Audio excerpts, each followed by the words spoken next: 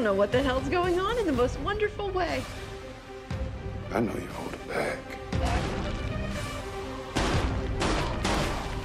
You're leaving to fight ghosts. Things change, people change. You've got them fooled, but not me.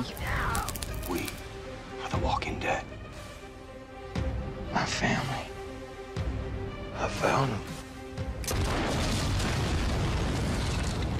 Bonjour à tous, si vous me voyez un petit peu plus en forme, c'est parce que je me remets tranquillement du Covid et il était temps, et aussi parce que j'ai rasé mon crâne. Je l'avais pas rasé pendant à peu près 15 jours, 3 semaines, plus jamais. Aujourd'hui on va parler un petit peu de History of the Dead, le prochain spin-off de The Walking Dead.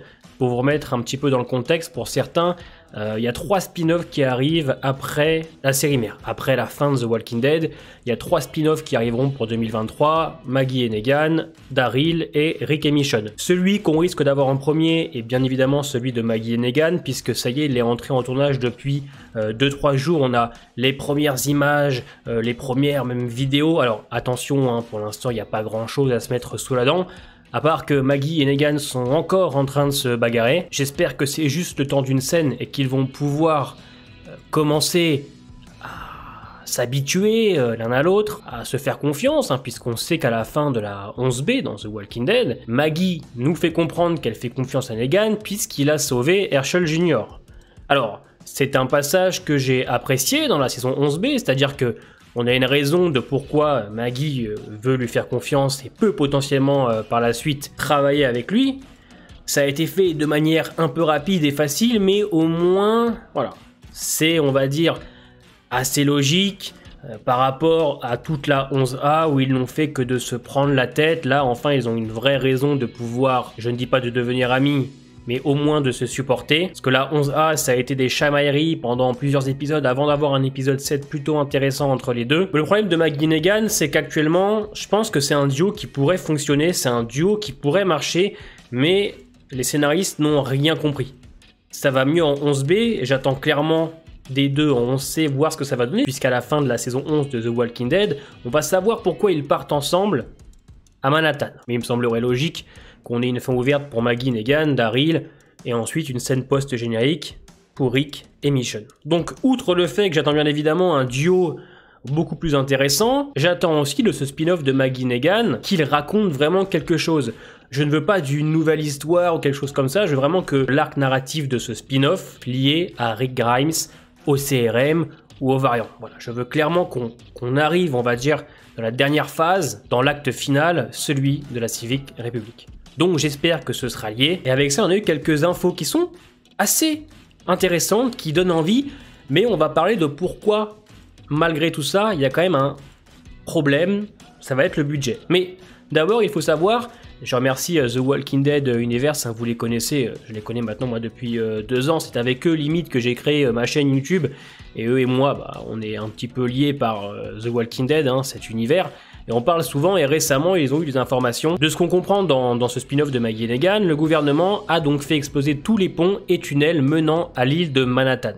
1 million de rôdeurs vont errer dans les rues, et les survivants de Manhattan se déplacent sur les immeubles grâce à des tyroliennes. Pour certains, ça va vous faire penser à un certain jeu vidéo.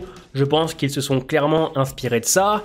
Alors écoutez, le fait qu'on ait explosé tous les ponts de Manhattan, qu'il y ait plus de 1 million de rôdeurs dans les rues, que les survivants se déplacent grâce à des tyroliennes, et qu'ils survivent grâce à des jardins hydroponiques qu'ils ont sur les toits. On a bien vu que dans Fear the Walking Dead, on avait aussi, comment il s'appelle, Victor qui avait pu utiliser cette méthode. Je trouve que l'idée est géniale. Qui ne rêve pas de voir un Manhattan complètement détruit avec des gens qui se déplacent en tyrolienne puisqu'ils ne peuvent pas descendre étant donné qu'il y a plus d'1 million de rôdeurs dans les rues et qu'ils ne peuvent pas quitter Manhattan puisque les ponts ont explosé. On va pas se mentir, l'idée elle est géniale. Mais le problème actuellement, c'est le budget. Ce serait HBO ou une autre chaîne qui aurait clairement les moyens de proposer quelque chose comme ça. Je dirais oui, mais vous connaissez aussi bien que moi The Walking Dead. Il y a bien longtemps qu'on met plus de budget, on peut le voir dans Fear, dans World Beyond. Et encore dans World Beyond, il y a beaucoup de plans serrés sur des bâtiments pour éviter de nous montrer trop l'extérieur, puisqu'on sent clairement que ça a été fait en studio ou dans des petites villes. Il n'y a pas besoin forcément de budget. Là, c'est à Manhattan, hein, on rigole pas, hein, je parle de Manhattan, vous me parlez d'1 million de rôdeurs. Ok, alors, on peut se dire, comme il n'y a que 6 épisodes, il n'y en a pas 16 ou 12, ils pourront peut-être avoir un petit peu plus de budget, en tout cas pouvoir un petit peu mieux l'étaler sur 6 épisodes. J'ai du mal à croire que EMC va mettre de l'argent dans ses prochains spin-offs. Elle n'en met plus dans Fear, elle n'en a pas mis dans World Beyond, elle n'en met plus dans The Walking Dead, même si effectivement le Commonwealth c'est quand même plutôt bien réussi. J'ai du mal à croire qu'ils vont faire ça pour Maggie Negan, Daryl et Rick et Michonne. Alors à la limite, Rick et Michonne qu'ils en mettent un peu plus, puisqu'il va falloir nous montrer la Civic Republic qui est quand même une communauté de 200 000 personnes. C'est pour ça que ça fait un petit peu peur, puisque les films auraient permis d'avoir un budget plus conséquent et d'avoir largement de quoi faire. Puisque le problème avec The Walking Dead, ce n'est clairement pas les idées. Pour moi, c'est le budget. Là, les idées pour Maggie et Negan, elles sont excellentes et j'ai envie de voir ça. Je suis très curieux de voir ça. Et un Manhattan détruit avec plein de rôdeurs, etc. Ouais, allez-y, mais il n'y a pas de souci. Mais j'ai un peu de mal à y croire avec le budget d'EMC. Alors à voir si oui, ils mettront un petit peu plus d'argent et qu'ils bosseront un petit peu plus les effets spéciaux. On est en 2022, il y a quand même maintenant beaucoup de séries qui ont de très bons effets spéciaux, des séries qui ont du budget. EMC, ils en ont.